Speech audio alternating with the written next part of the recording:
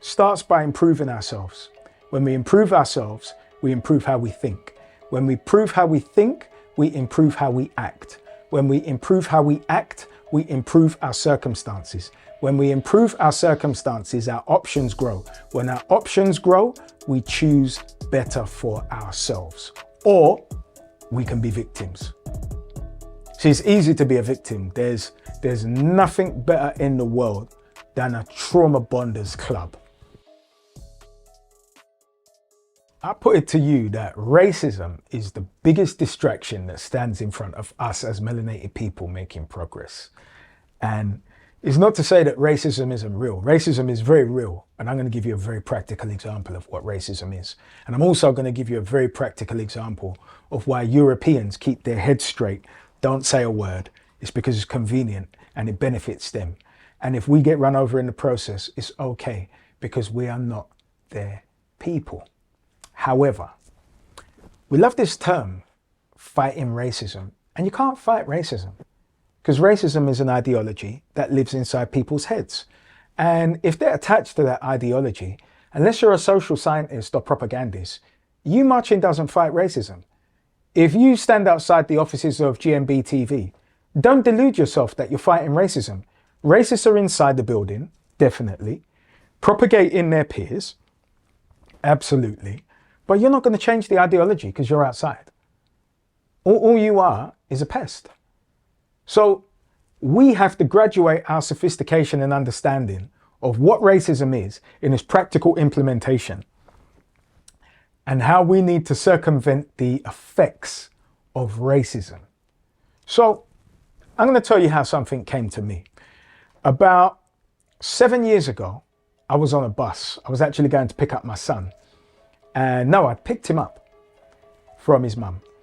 And there was a load of traffic. It's December, it's freezing cold, it's raining.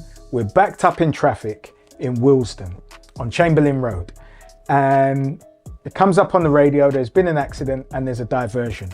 So now the bus has to go down a residential side road.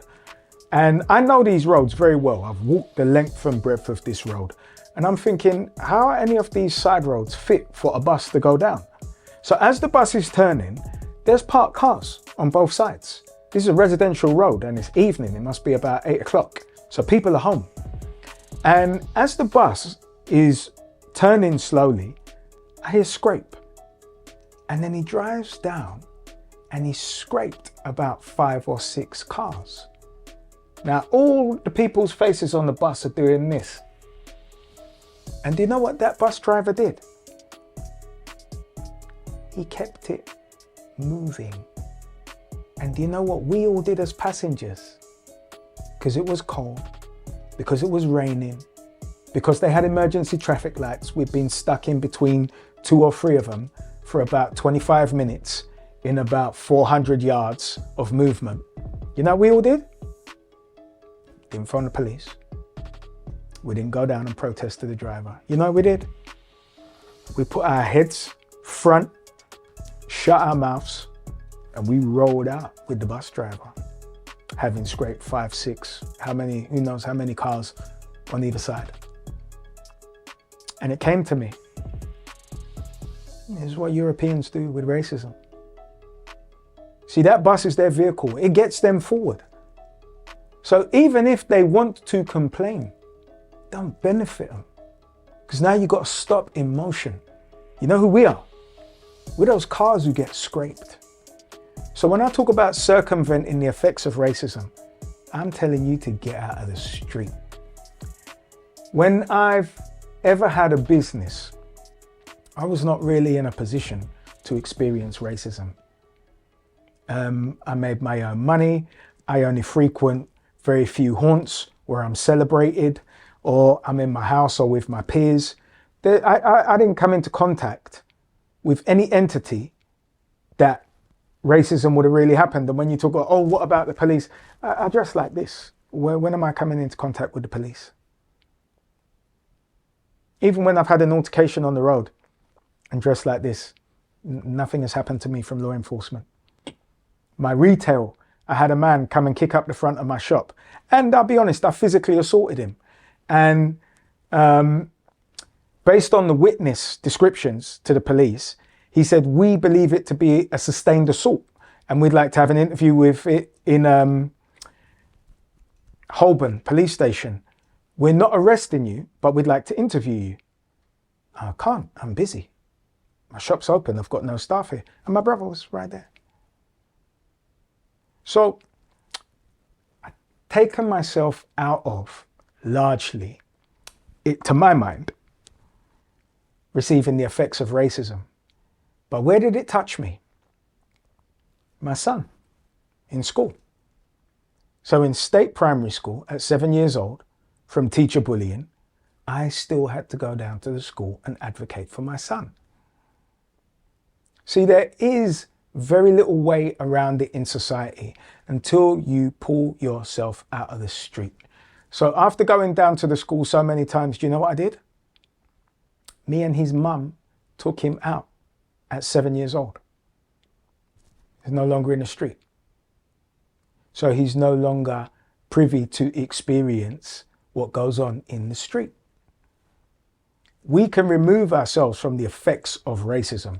Starts by improving ourselves. When we improve ourselves, we improve how we think. When we improve how we think, we improve how we act. When we improve how we act, we improve our circumstances. When we improve our circumstances, our options grow. When our options grow, we choose better for ourselves. Or we can be victims. See, it's easy to be a victim. There's nothing better in the world than a trauma bonders club. Trauma bonding over the racism that we've received. I received racism at my son's age, when I was a lot wilder than him. I used to climb over the fence at school and go to the shop for people at Play Centre and charge them a little bit of money. And I went to a paper shop around the back of the school, and an old Irish man came in and he said, "Move out the way, you fucking nigger, before I move you." And when I moved, he looked at me and he said, "You fucking little cunt." And he bought what he bought. I was 7 years old. I remember it like it was yesterday. So, as a man, I was zero tolerance. And I would always answer in kind whenever anything like that happened anywhere near me. However, once we learn by improving ourselves, improving our circumstances, improving our options, we create the landscape in which we play. Or we can be trauma bonders. So let's just leave this term, fighting racism. You don't fight racism. Racism is an ideology. You want to create a TV platform where you hire English people to convert English people to being non-racist? That's fighting racism. This is why I say there's a fight against masculinity, because economic speculators are putting money behind shows, corporations to attack masculinity with femininity and the feminine man. This is practical, it's seen, and it's everywhere.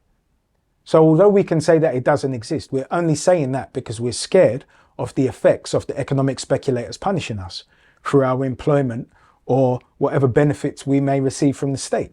However, if you freed yourself from that, and what freedom is being able to solve every single one of your own problems,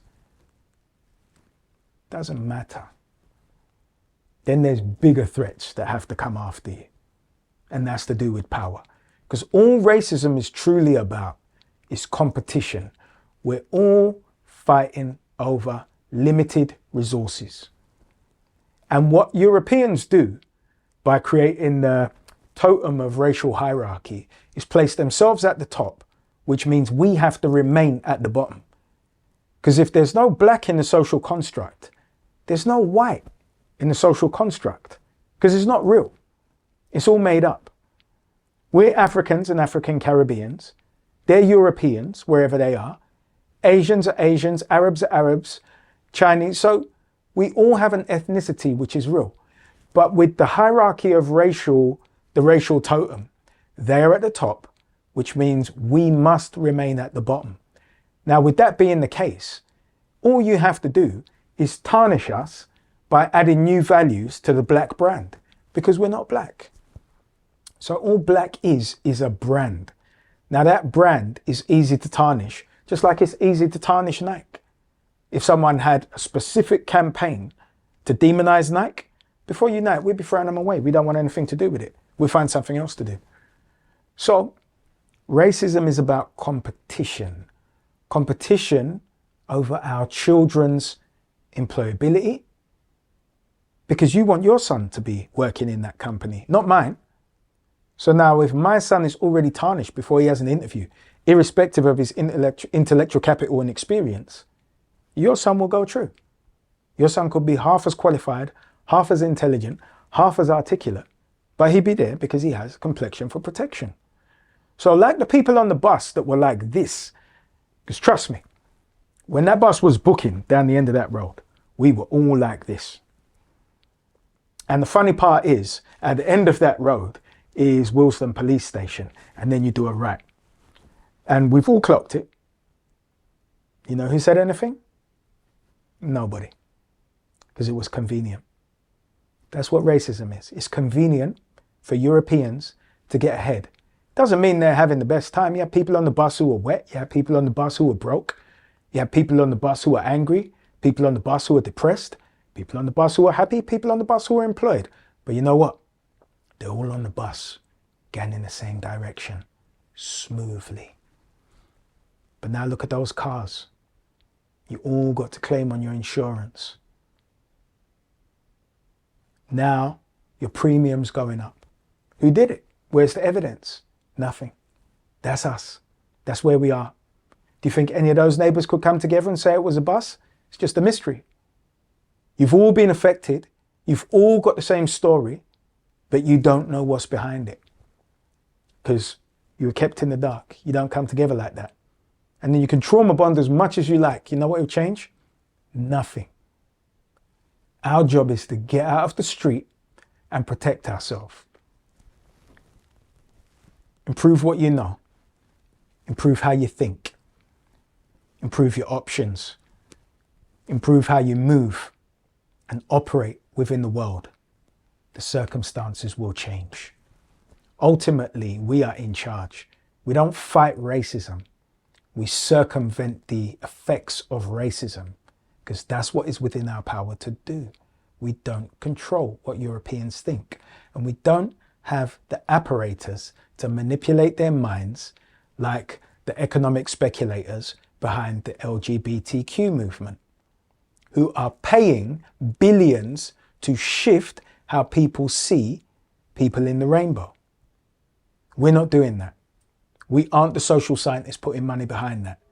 Our job is to circumvent the effects of racism by focusing on what we are doing, aligning with peers of a similar ilk, building out robust businesses, building out robust families, and creating foundations that we can really build futures on. We like to talk of generational wealth, but we're not creating the foundations for generational wealth. We're not creating the foundations for generations of business that we can hand down because we're still too concerned about external validation. And 90% of it is about being liked. It's not important. We are competing over the same limited resources. And make no mistake, it is a competition. Be competing, not distracted.